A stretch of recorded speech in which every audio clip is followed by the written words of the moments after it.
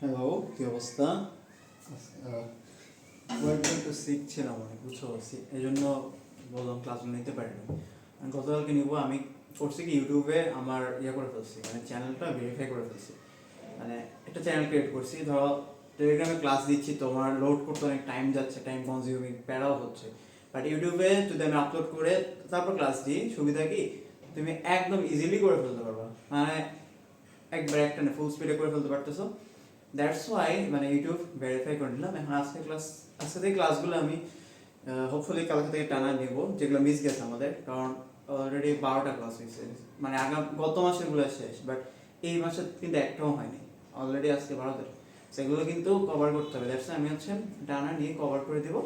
আমি ইউটিউবে আপলোড করে দেবো, তাহলে তুমি ইজিলি দেখতে পারবা। তোমার লোড করা লাগতেছে না, সিম্পল, মানে ভেজাল নেই। নাহলে টেলিগ্রামে ক্যাশ ফাইল জমে যাবে, তোমারও প্যারা হয়ে যাবে। আমি চিন্তা করে আর কি ইউটিউব করে ফেলছি, ইউটিউবে এখন আপলোড করতে পারবো। সো আমার আমাদের আমরা চ্যাপ্টার 10-এ ছিলাম। চ্যাপ্টার 10-এ আমরা লাস্ট দিন ব্রদের, বুধ, তারপর হচ্ছে বয়েল, চার্লস, আর হচ্ছে সিআরএমএস টাইপ, এই টাইপগুলো কভার করছি। 3 টাইপ আমাদের কভার হয়েছে, আরও 2টা টাইপ আমাদের বাকি আছে। তো আসি আমরা হচ্ছে ওই 2টা টাইপে চলে যাই। ভিডিও ঠিকঠাক আছে? ওকে, তাহলে আমাদের ফার্স্ট টাইপ কোনটা আসে? ফার্স্ট টাইপ আমাদের আসে হচ্ছে গ্যাসের গতিশক্তি, যেটা হচ্ছে আমাদের 3টা হয়েছে না, 4 নম্বর টাইপে। 4 নম্বর টাইপ হচ্ছে আমাদের গ্যাসের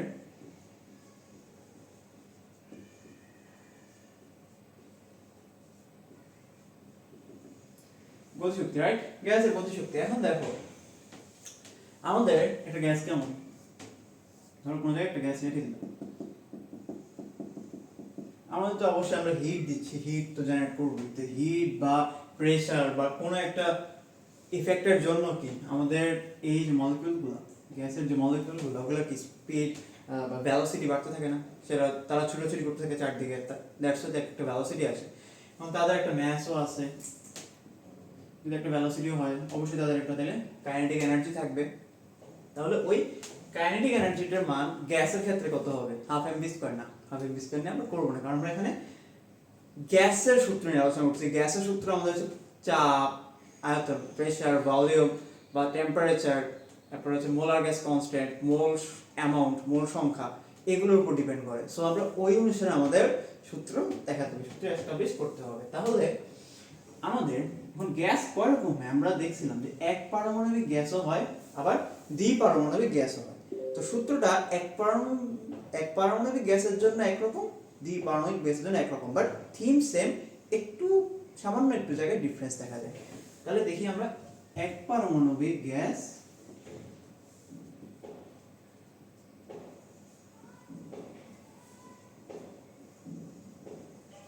আর একটা হচ্ছে দ্বিপারমাণবিক গ্যাস।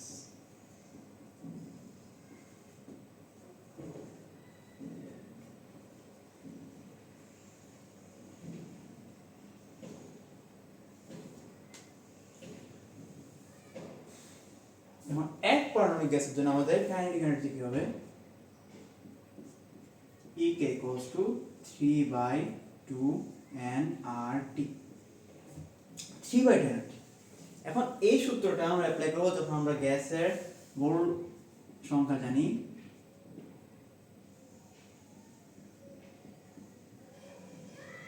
তখন মোল সংখ্যা যদি আমাদের জানা থাকে, ওই ক্ষেত্রে আমরা অ্যাপ্লাই করব। কারণ আর এখন তো আমরা জানি কি এসআই যেহেতু আমরা নিয়ে কাজ করতেছি, এসআই ক্ষেত্রে আমাদের 8.314 joule per KG per kelvin. হ্যাঁ, ভিডিও ঠিক আছে। তাহলে আমাদের 3/2 এনার্জি আমরা কাজ করব। এখন ইন কেস যদি আমাদের কোশ্চেনে বলে এটা হচ্ছে মোলার,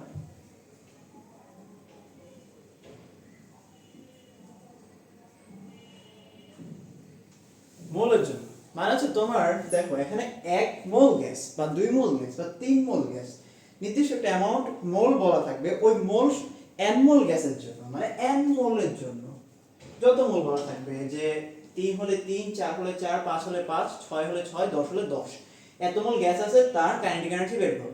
সো আমাদের টেম্পারেচার বলা থাকবে, আমাদের মোল সংখ্যা বলা থাকবে, আমরা এখান থেকে কাইনেটিক এনার্জি বের করতে পারবো। এখন আরেকটা জিনিস আছে, গ্যাসের প্রত্যেকটা মলিকিউলের জন্য কত হবে, প্রত্যেকটা অণুর জন্য আমাদের কত হবে। তো এই ক্ষেত্রে এই হচ্ছে একটা 2 নম্বর হচ্ছে গ্যাসের প্রতি অণুর জন্য, প্রত্যেকটা মলিকিউলের জন্য আমাদের গড় গতিশক্তি কত, গড় অ্যাভারেজ কাইনেটিক এনার্জি কত জন্য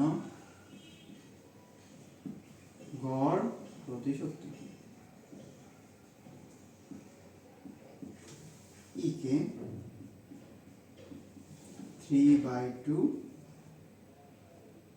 কেটি। এই যে কে, কে এর কথা মনে আছে? কে, এই যে কে, কে কি বলতো? বলজম্যান ধ্রুবক না, আমরা আগের দিনও করছিলাম। আগের দিনও মনে আছে আমরা সিআরএমএস ব্যাগে পড়ছিলাম সিআরএমএস ইকুয়াল √3RT/M। বাট যদি আমরা ক্যাপিটাল এম বা হচ্ছে মোলের আণবিক ভর না জানি তখন কি করতাম? সিআরএমএস কি বলছিলাম? √3RT/M।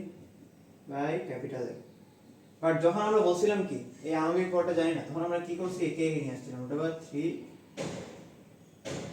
kT divide by small m, right? এই কে কিন্তু আমরা আগের দিনও ইউজ করছিলাম। তাই কে হচ্ছে আমাদের এক্স্যাক্টলি বোল্টজম্যান ধ্রুবক। বোল্টজম্যান ধ্রুবক এটা কনস্ট্যান্ট, বোল্টজম্যানের কনস্ট্যান্ট। এই বোল্টজম্যানের কনস্ট্যান্টের মানে আমরা বলছিলাম যে 1.38 × 10⁻⁻23 জুল পার কেলভিন। তাহলে K equal 1.38 10⁻⁻23 joule per kelvin. এটা হচ্ছে কে এর মান, ফিক্সড মান। আমাদের দেখো ক্যালকুলেটরও কে আছে, সুতরাং যদি ইনকেস মনে না থাকে ক্যালকুলেটর দিয়েও করে ফেলতে পারবা, কোনো সমস্যা নেই। সো এটা হচ্ছে আমাদের বোল্টজম্যান ধ্রুবক। আমাদের যখন গ্যাসের প্রত্যেকটা মলিকিউলের জন্য এভারেজ কাইনেটিক এনার্জি কত, অ্যামাউন্টটা কত, সেটা যখন যাবে তখন হচ্ছে আমরা এই সূত্র নিয়ে কাজ করব। আমাদের হচ্ছে এখানে, কারণ একটা গ্যাসের পার মলিকিউলের জন্য এখানে তো আমাদের মোল সংখ্যা দরকার নেই। তো যখন মোল সংখ্যা থাকবে না তখন এটা প্রত্যেকটা অণুর জন্য বের করবা।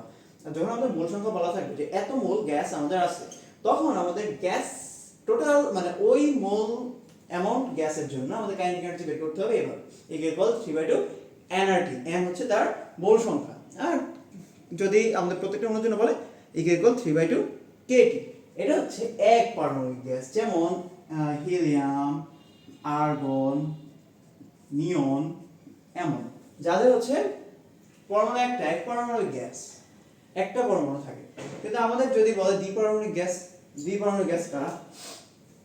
ধরো হাইড্রোজেনের কথা বললো, অক্সিজেনের কথা বললো, নাইট্রোজেনের কথা বললো, ওদের জন্য কি হবে? ওদের জন্য দুই ক্ষেত্রেই থিম সেম, থিম সেম, নাম্বারটা একটু ডিফারেন্স আসবে, জাস্ট নাম্বারের ডিফারেন্স। যেমন যদি n মোলের জন্য এই জিনিসটাই এখানে কি হবে? n মোলের জন্য আমাদের যদি বলে কাইনেটিক এনার্জি কত, আমাদের just EK equals to 5/2 energy. ভালো করে লিখি 5/2 nRT। এটা হচ্ছে আমাদের যদি n সংখ্যক মোলের জন্য বলে তাহলে হচ্ছে আমরা EK ইকুয়াল 5/2 nRT নিয়ে নিব। তো আমাদের যদি বলে প্রতি গ্যাসের অণুর জন্য বলে তখন আমাদের সব জিনিস সেম, EK ইকুয়ালস টু এখানেও 5/2 kT হয়ে যাবে। এইটাই হচ্ছে নাম্বারের ডিফারেন্স ঘটবে, বাট আমাদের মেইন থিম সেম থাকবে। দুই ক্ষেত্রেই যদি এক পারমাণবিক গ্যাস হয় 3/2 nRT, ওইদিকেও মানে n সংখ্যক মোলের জন্য 5/2 nRT। আর যদি এক পারমাণবিক গ্যাসে আমাদের প্রত্যেকটা মলিকিউলের জন্য এভারেজ কাইনেটিক এনার্জি কত, ওই ক্ষেত্রে আমরা EK ইকুয়াল 3/2 kT নিব। আর যদি দ্বিপারমাণবিক গ্যাস হয় EK ইকুয়াল আমরা 5/2 kT নিয়ে কাজ করব। সো এইটা নিয়ে আমাদের আশা করি সমস্যা নাই, সূত্রগুলো বুঝছো। ভিডিও ওকে চলতেছে, এখন আমরা ম্যাথস দেখি, ঠিক আছে? এটার উপর ম্যাথ দেখি।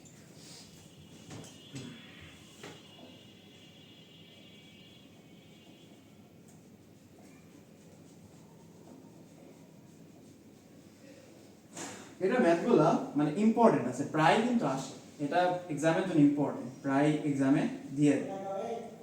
সো দেখো একটু কাট করি।